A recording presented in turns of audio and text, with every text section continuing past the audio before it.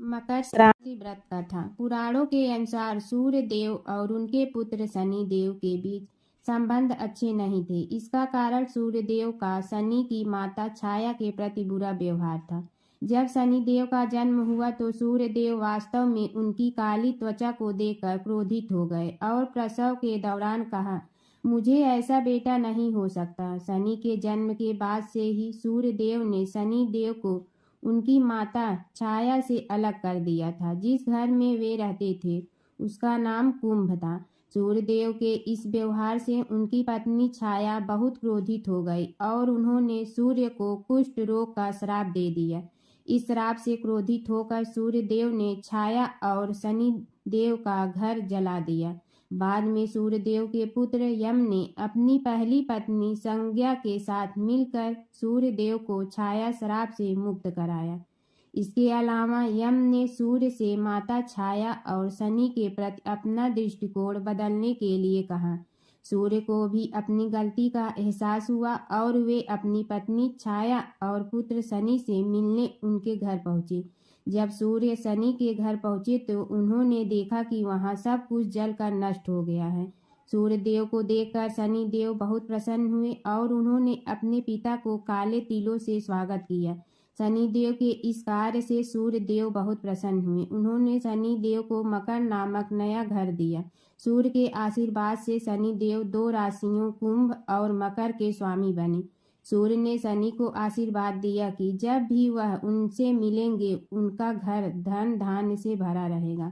भगवान सूर्य देव ने कहा कि मकर संक्रांति के अवसर पर जो कोई मुझे काले तिल दान देगा उसके जीवन में सुख समृद्धि आएगी।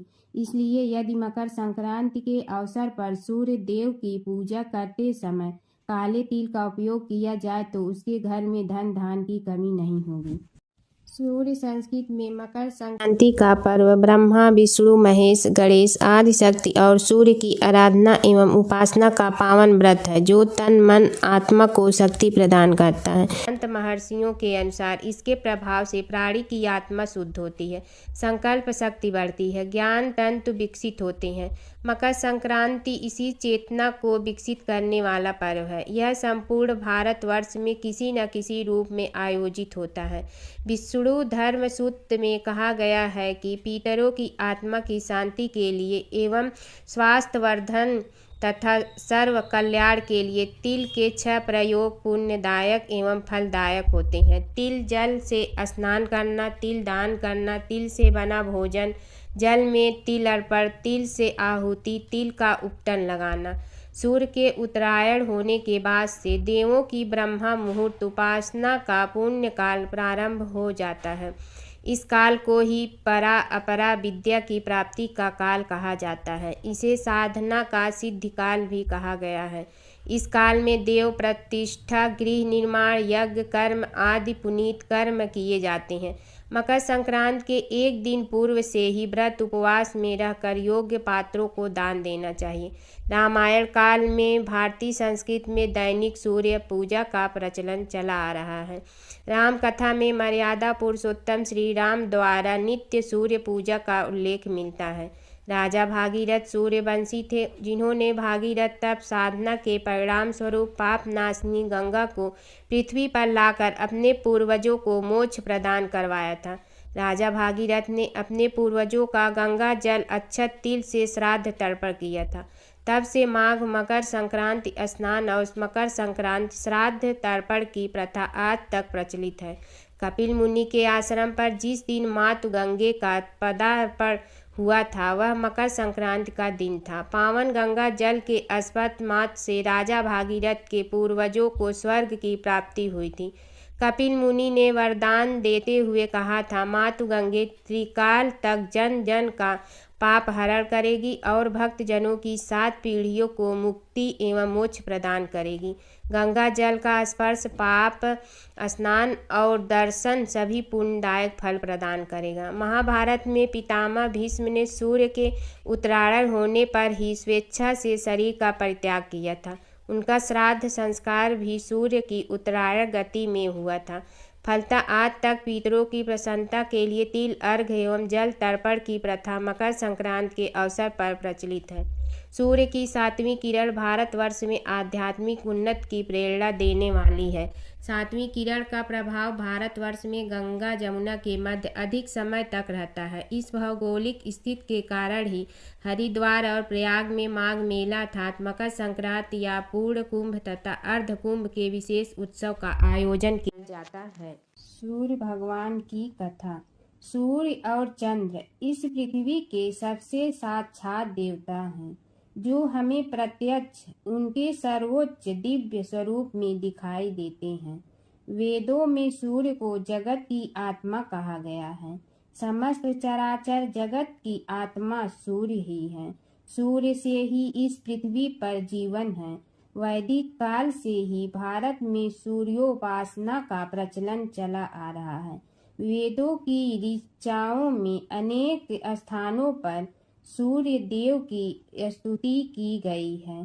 पुराणों में सूर्य की उत्पत्ति, प्रभाव, स्तुति, मंत्र इत्यादि विस्तार से मिलते हैं। ज्योतिष शास्त्र में 9 ग्रहों में सूर्य को राजा का पद प्राप्त हुआ है। मार्कंडेय पुराण के अनुसार पहले यह संपूर्ण जगत प्रकाश रहित था। उस समय कमल योनि ब्रह्मा जी प्रकट हुए। उनके मुख से प्रथम शब्द ओम निकला, जो सूर्य का तेज रूपी सूक्ष्म रूप था।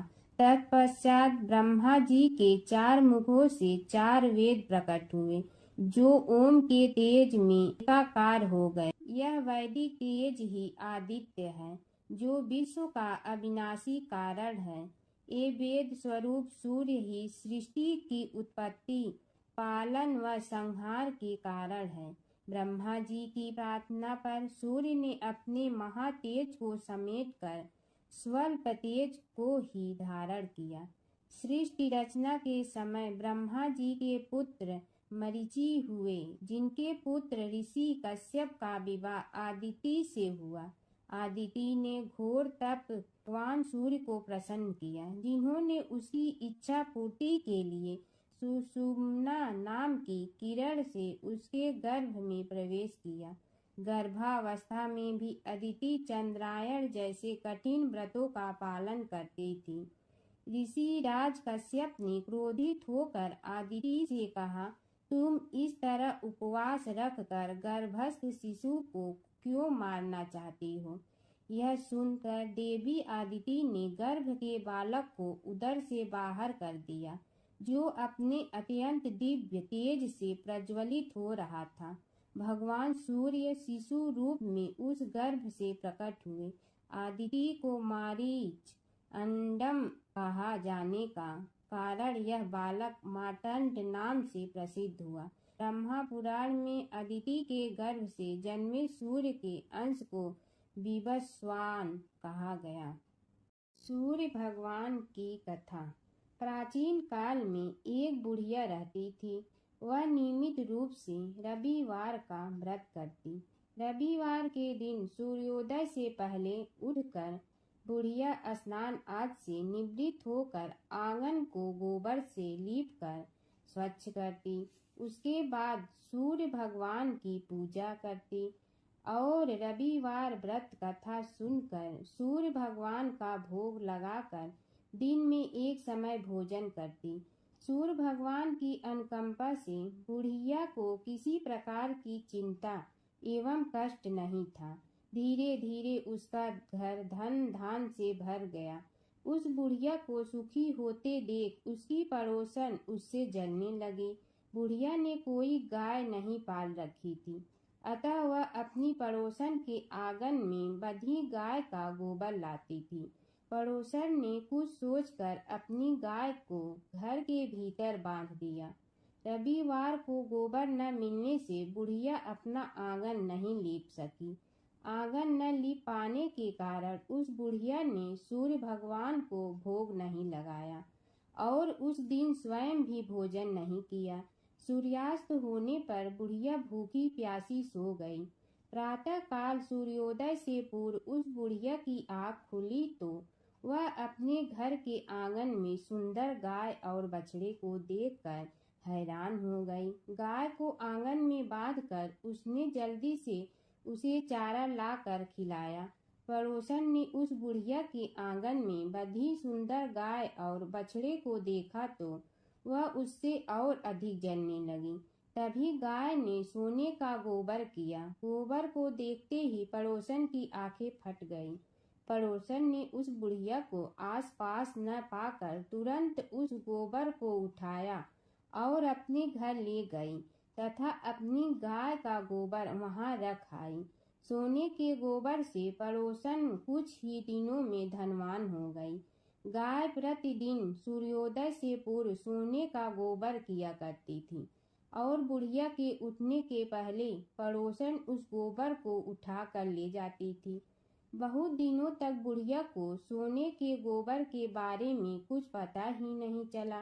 बुढ़िया पहले की तरह हर रविवार को भगवान सूर्य देव का व्रत करती रही और कथा सुनती रही। लेकिन सूर्य भगवान को जब पड़ोसन की चालाकी का पता चला तो उन्होंने तेज आंधी चलाई। आंधी का प्रकोप देखकर बुढ़िया ने गाय को घर के भीतर बांध दिया। सुबह उठकर बुढ़िया ने सोने का गोबर देखा।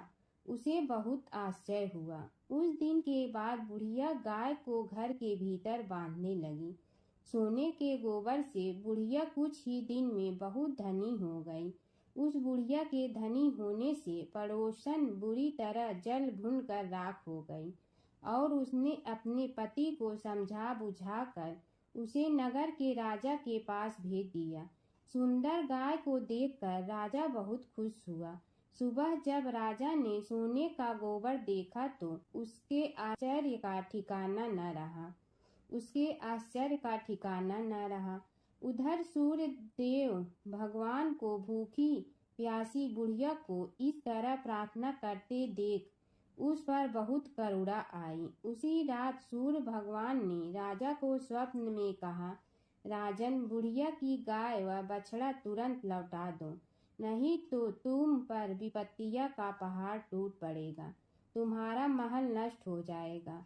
सूर्य भगवान के स्वप्न से बुरी तरह भयभीत राजा ने प्रातः उठते ही गाय और बछड़े को बुढ़िया को लौटा दिया।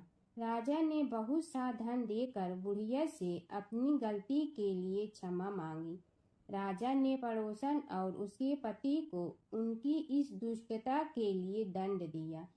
फिर राजा ने पूरे राज्य में घोषणा करा दी कि सभी स्त्री पुरुष रविवार का व्रत किया करें। रविवार का व्रत करने से सभी लोगों के घर धन धान से भर जाते हैं। राज्य में चारों ओर खुशहाली छा गई। स्त्री पुरुष सुखी जीवन यापन करने लगे तथा सभी लोगों के शारीरिक कष्ट भी दूर हो। व्रत कथा के साथ पढ़ी और सुनी जाने वाली लपसी तपसी की यह कहानी। एक तपसी था। तपसी हमेशा भगवान की तपस्या में लीन रहता था। लपसी रोजाना सवा सेर की लपसी बनाकर भगवान का भोग लगाकर जीम लेता था। एक दिन दोनों लड़ने लगे। तपसी बोला, मैं रोज भगवान की तपस्या करता हूँ, इसलिए मैं बड़ा हूँ। लपसी बोला, मैं रोज भगवान को सवा सेर लपसी का भोग लगाता हूँ, इसलिए मैं बड़ा हूँ। नारद जी वहाँ से गुजर रहे थे। दोनों को लड़ता देखकर उनसे पूछा कि तुम क्यों लड़ रहे हो। तपसी ने खुद के बड़ा होने का कारण बताया और लपसी ने अपना कारण बताया। नारद जी बोले, तुम्हारा फैसला मैं करूँगा। दूसरे दिन लपसी और तपसी नहाकर अपनी रोज की भक्ति करने आए तो नारद जी ने छुपकर 1.25 करोड़ की एक एक अंगूठी उन दोनों के आगे रख दी। तपसी की नज़र उस अंगूठी पर पड़ी जो उसने चुपचाप अंगूठी उठाकर अपने नीचे दबा ली। तब लपसी की नज़र अंगूठी पर पड़ी लेकिन उसने ध्यान नहीं दिया। भगवान को भोग लगाकर लपसी खाना खाने लगा। नारद जी सामने आए तो दोनों ने पूछा कि कौन बड़ा, तो नारद जी ने तपसी से खड़ा होने को कहा। वो खड़ा हुआ तो उसने नीचे दबी अंगूठी दिखाई पड़ी। नारद जी ने लपसी से कहा, तपस्या करने के बाद भी तुम्हारी चोरी करने की आदत नहीं गई, इसलिए लपसी बड़ा है और तुम्हें तुम्हारी तपस्या का कोई फल भी नहीं मिलेगा। तपसी शर्मिंदा होकर माफ़ी मांगने लगा। उसने नारद जी से पूछा, मुझे मेरी तपस्या का फल कैसे मिलेगा? नारद जी ने कहा, यदि कोई गाय और कुत्ते की रोटी नहीं बनाएगा तो फल तुम्हें मिलेगा। यदि कोई ब्राह्मण को भोजन करवा कर दक्षिणा नहीं देगा तो फल तुम्हें मिलेगा। यदि कोई साड़ी के साथ ब्लाउज नहीं देगा तो फल तुझे मिलेगा। यदि कोई दिए से दिया जलाएगा तो फल तुम्हें मिलेगा। यदि कोई सारी कहानी सुने लेकिन तुम्हारी कहानी नहीं सुने तो फल तुझे मिलेगा। उसी दिन से हर व्रत कथा कहानी के साथ लपसी तपसी की कहानी भी सुनी और कही जाती है। बसेरे की कहानी। किसी गांव में एक भाट व एक जाट रहता था। दोनों में घनिष्ठ मित्रता थी। एक बार जाट अपनी बहन के घर जाने को तैयार हुआ तो भाट अपनी ससुराल जाने को तैयार हुआ। दोनों साथ चल पड़े तो रास्ते में रुककर एक कुएं की मुंडेर पर बैठ गए। जाट ने भाट से कहा कि नगर बसेरा कर लेते हैं। इस पर भाट बोला कि तू ही नगर बसेरा कर ले, मैं तो अपनी ससुराल जा रहा हूँ, वहाँ खूब खातिर होगी मेरी, तू कर ले नगर बसेरा। जाट वहीं कुएं के पास बैठ पानी की घंटी और चावल का दाना लेकर नगर बसेरा करने लगा। नगर बसेरा करने के साथ जाट कहने लगा कि नगर बसेरा जो करे सो मल धोवे पाँव, ताता माड़ा तापसी देगी मेरी माँ। माँ देगी मावशी तेगी द्वारका का वास, मीठा मीठा घास वृंदावन का वास। पाँच कुल्थी छठी रास मेरी जीवड़ो श्री कृष्ण के पास। डालू पानी हो जाए घी झट से निकल जाए मेरा जी। यह सब कर कर के वह जाट बहन के पास चल पड़ा। जाट की बहन ने भाई के आने पर उसकी खातिर की खी बूढ़ा के साथ भाई को जिमाया। दोनों ने बैठकर ढेर सारी बातें की। इधर भाट अपने ससुराल पहुंचा तो वहां आग लगी हुई थी। आग बुझाने वह भी लग गया, जिसमें हाथ मुंह भी काले हो गए और खुद भी थोड़ा सुलझ गया। ना रोटी ना पानी के लिए ही किसी ने पूछा। एक पड़ोसन आई तो उसने भाट की सास को कहा कि जमाई आया है, जरा उस आओ भगत कर लो। बुढ़िया बोली कि सब कुछ तो जल गया है, अब कहाँ से आओ भगत करूं। तब पड़ोसन ने ही भाट को एक रोटी के साथ छाछ दी। उसने वही खाकर गुजारा किया। शाम को दोनों फिर घर की ओर चल पड़े और रास्ते में मिल गए और एक दूसरे का हाल पूछा। भाट बोला कि मेरी ससुराल में तो आग लगी हुई थी, आग बुझाते मैं खुद काला हो गया हूँ, ना रोटी मिली ना पानी। जाट बोला कि मेरी तो बहुत खातिर हुई। फिर बोला कि मैंने कहा था ना कि नगर बसेरा कर ले, आ अब कर ले, लेकिन भाट ने फिर मना कर दिया। कहने लगा कि चाहे रोटी दे या न दे, तेरी तो माँ है, दही चूरमा का पेड़ा धरा पाएगा। भाट ने फिर नगर बसेरा नहीं किया, जाट ने कर लिया। नगर बसेरा जो करे सो मल धोए पाँव, ताता माड़ा तापसी देगी मेरी माँ। माँ देगी मावशी देगी द्वारका का वास, मीठा मीठा घास वृंदावन का वास। पाँच कुल्ठी छठी रास मेरा जी बड़ो श्री कृष्ण के पास। डालू पानी हो जाए घी झट से निकल जाए मेरा जी। करके वह चल पड़ा। घर पहुँचते ही जाट की मावशी ने बहुत लाड प्यार किया। उधर भाट घर गया तो उसकी भैंस खो गई थी। बाप एक लाठी रखे तो दूसरी उठाए और कहने लगा कि ससुराल गया तो आग लगा दी, अब यहाँ आया तो भैंस खो दी। बाप ने कहा कि पहले भैंस लेकर आ, तभी रोटी पानी मिलेगा। सारा दिन भाट भैंस ढूंढता रहा लेकिन उसे भैंस नहीं मिली। जाट और भाट की मुलाकात फिर से बाजार में हो गई। जाट ने भाट के हाल चाल पूछे तो भाट बोला कि आते ही भैंस खो गई, बस उसी दिन से भैंस ढूंढ रहा हूँ। रोटियां का तो पूछो ही मत। जाट ने कहा कि मैंने तो पहले ही कहा था कि नगर बसेरा कर ले।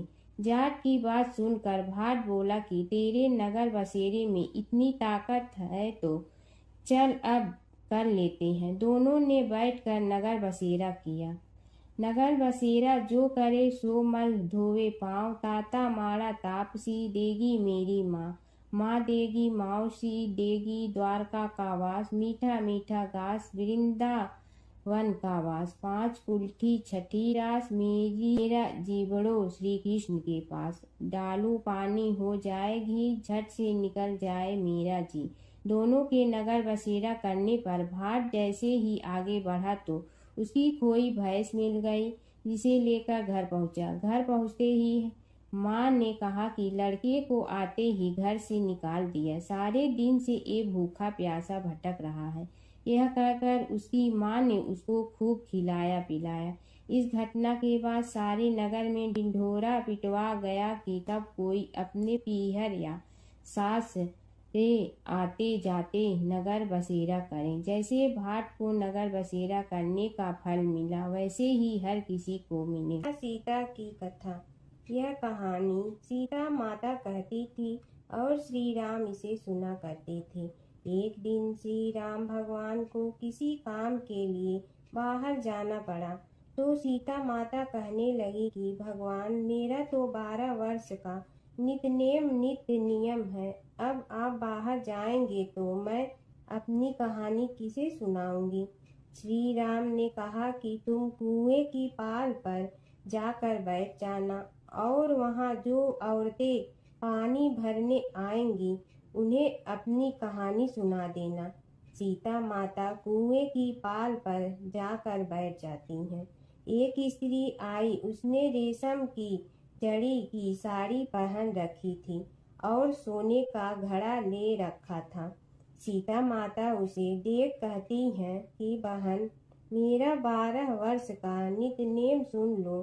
पर वह स्त्री बोली कि मैं तुम्हारा नितनेम सुनूंगी तो मुझे घर जाने में देरी हो जाएगी और मेरी सास मुझसे लड़ेंगी।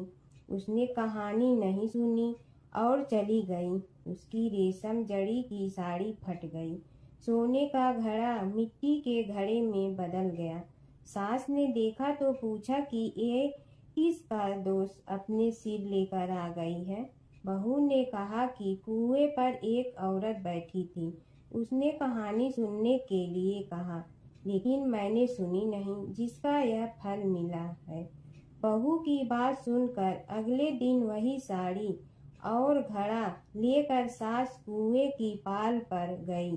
सास को वहीं माता सीता बैठी मिली, तो माता सीता ने कहा कि बहन, मेरी कहानी सुन लीजिए। सास बोली कि एक बार छोड़, मैं तो 4 बार कहानी सुन लूंगी।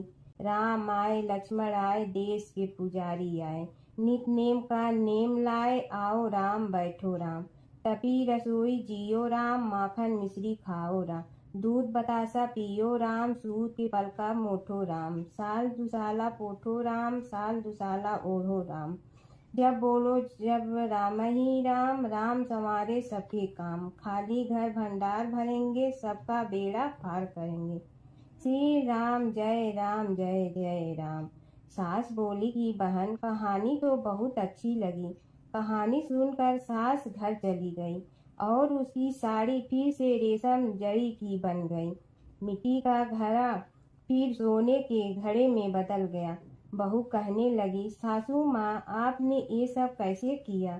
सास ने कहा कि बहू, तू दोष लगा के आई थी और मैं अब दोष उतार कर आ रही हूँ। बहू ने फिर पूछा कि वह कुएं वाली स्त्री कौन है। सास बोली कि वे सीता माता थीं। वे पुराने से नया कर देती हैं, खाली घर में भंडार भर देती हैं। वह लक्ष्मी जी का वास घर में कर देती हैं। आदमी की जो भी इच्छा हो उसे पूरा कर देती हैं। बहू बोली कि ऐसी कहानी मुझे भी सुना दो। सास बोली कि ठीक है, तुम भी सुनो। और सास ने कहानी शुरू की। राम आए लक्ष्मण आए, देश के पुजारी आए, नित नेम का नेम लाए, आओ राम बैठो राम। तपी रसोई जियो राम, माखन मिश्री खाओ राम। दूध बतासा पियो राम, सूत के पलका मोठो राम। साल दुसाला पोठो राम, साल दुसाला ओढ़ो राम। जब बोलो जब राम ही राम, राम संवारे सबके काम। खाली घर भंडार भरेंगे, सबका बेड़ा पार करें। श्री राम जय राम जय जय राम। कहानी सुनकर बहू बोली कि कहानी तो बहुत अच्छी है। सास ने कहा कि ठीक है, इस कहानी को रोज कहा करेंगे। अब सास बहू रोज सवेरे उठती, नहाती धोती और पूजा करने के बाद नित्य की सीता की कहानी कहती। एक दिन उनके यहाँ एक पड़ोस की औरत आई और बोली कि बहन जरा सी आँच दे ना। तो वह बोली कि आज तो अभी हमने जलाई ही नहीं। पड़ोसन ने कहा कि तुम सुबह 4 बजे से उठकर क्या कर रही हो? फिर उन्होंने कहा कि सुबह उठकर हम पूजा करते हैं, फिर सीता माता की नित्य नेम की कहानी कहते हैं। पड़ोसन ने उसकी बात सुनकर फिर कहा कि सीता माता की कहानी कहने से तुम्हें क्या मिलता है? वे बोली कि इनकी कहानी कहने से घर में भंडार भर जाते हैं, सारे काम सिद्ध होते हैं, मन की इच्छा भी पूरी हो जाती है। पड़ोसन कहती है कि बहन ऐसी कहानी तो मुझे भी सुना दो। फिर वह बोली कि ठीक है, तुम भी यह कहानी सुन लो। राम आए लक्ष्मण आए, देश के पुजारी आए, नित्य नेम का नेम लाए, आओ राम बैठो राम। सारी कहानी सुनने के बाद पड़ोसन कहने लगी, बहन कहानी तो मुझे बहुत अच्छी लगी। अब वह पड़ोसन भी नित्य नेम सीता माता की कहानी कहने लगी। कहानी कहने से सीता माता ने पड़ोसन के भी भंडार भर दिए। अब तो पूरे मोहल्ले में नित्य नेम की कथा चल पड़ी। हर किसी की मनोकामना पूरी होने लगी।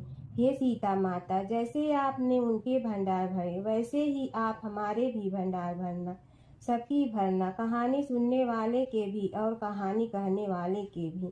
एक बूढ़ा ब्राह्मण था। वह रोज पीपल को जल से सींचता था। पीपल में से रोज एक लड़की निकलती और कहती, पिताजी मैं आपके साथ जाऊंगी। यह सुनते सुनते बूढ़ा दिन ब दिन कमजोर होने लगा। तो बुढ़िया ने पूछा कि क्या बात है? बूढ़ा बोला कि पीपल से एक लड़की निकलती है और कहती है कि वह भी मेरे साथ चलेगी।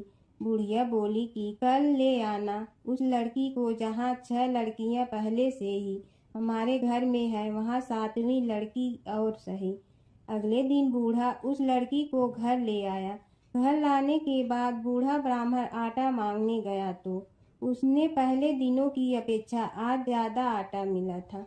जब बुढ़िया वह आटा छानने लगी तो लड़की ने कहा कि लाओ माँ, मैं छान देती हूँ। जब वह आटा छानने बैठी तो परात भर गई। उसके बाद माँ खाना बनाने जाने लगी तो लड़की बोली कि आज रसोई मैं बनाऊंगी। तो बुढ़िया बोली कि ना, तेरे हाथ जल जाएंगे। लेकिन लड़की नहीं मानी। वह रसोई में खाना बनाने गई तो उसने तरह तरह के 36 व्यंजन बना डाले और आज सभी ने भरपेट खाना खाया।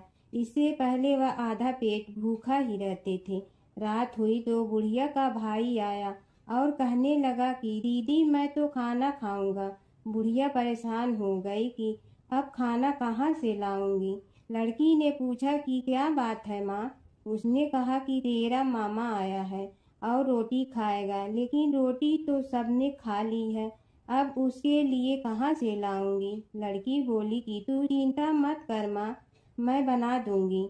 और वह रसोई में गई और मामा के लिए 36 व्यंजन बना दी। मामा ने भरपेट खाया और कहा भी कि ऐसा खाना इससे पहले उसने कभी नहीं खाया है। बुढ़िया ने कहा कि भाई तेरी बावनी भाजी है, उसी ने बनाया है। शाम हुई तो लड़की बोली कि माँ चौका लगा के चौके का दिया जला देना, कोठे में मैं सोऊंगी। बुढ़िया बोली कि ना बेटी, तू डर जाएगी। लेकिन वह बोली कि ना माँ, मैं नहीं डरूंगी, मैं अंदर कोठे में ही सोऊंगी। वह कोठे में ही जाकर सो गई। आधी रात को लड़की उठी और चारों ओर आंख मारी तो धन ही धन हो गया। वह बाहर जाने लगी तो एक बूढ़ा ब्राह्मण सो रहा था। उसने देखा तो कहा कि बेटी तू कहाँ चली? लड़की बोली कि मैं तो दरिद्रता दूर करने आई थी, अगर तुम्हें दूर करवानी है तो करवा लो। उसने बूढ़े के घर में भी आँख से देखा तो चारों ओर धन ही धन हो गया। सुबह सवेरे सब उठे तो लड़की को ना पाकर उसे ढूंढने लगे कि पावनी बेटी कहाँ चली गई।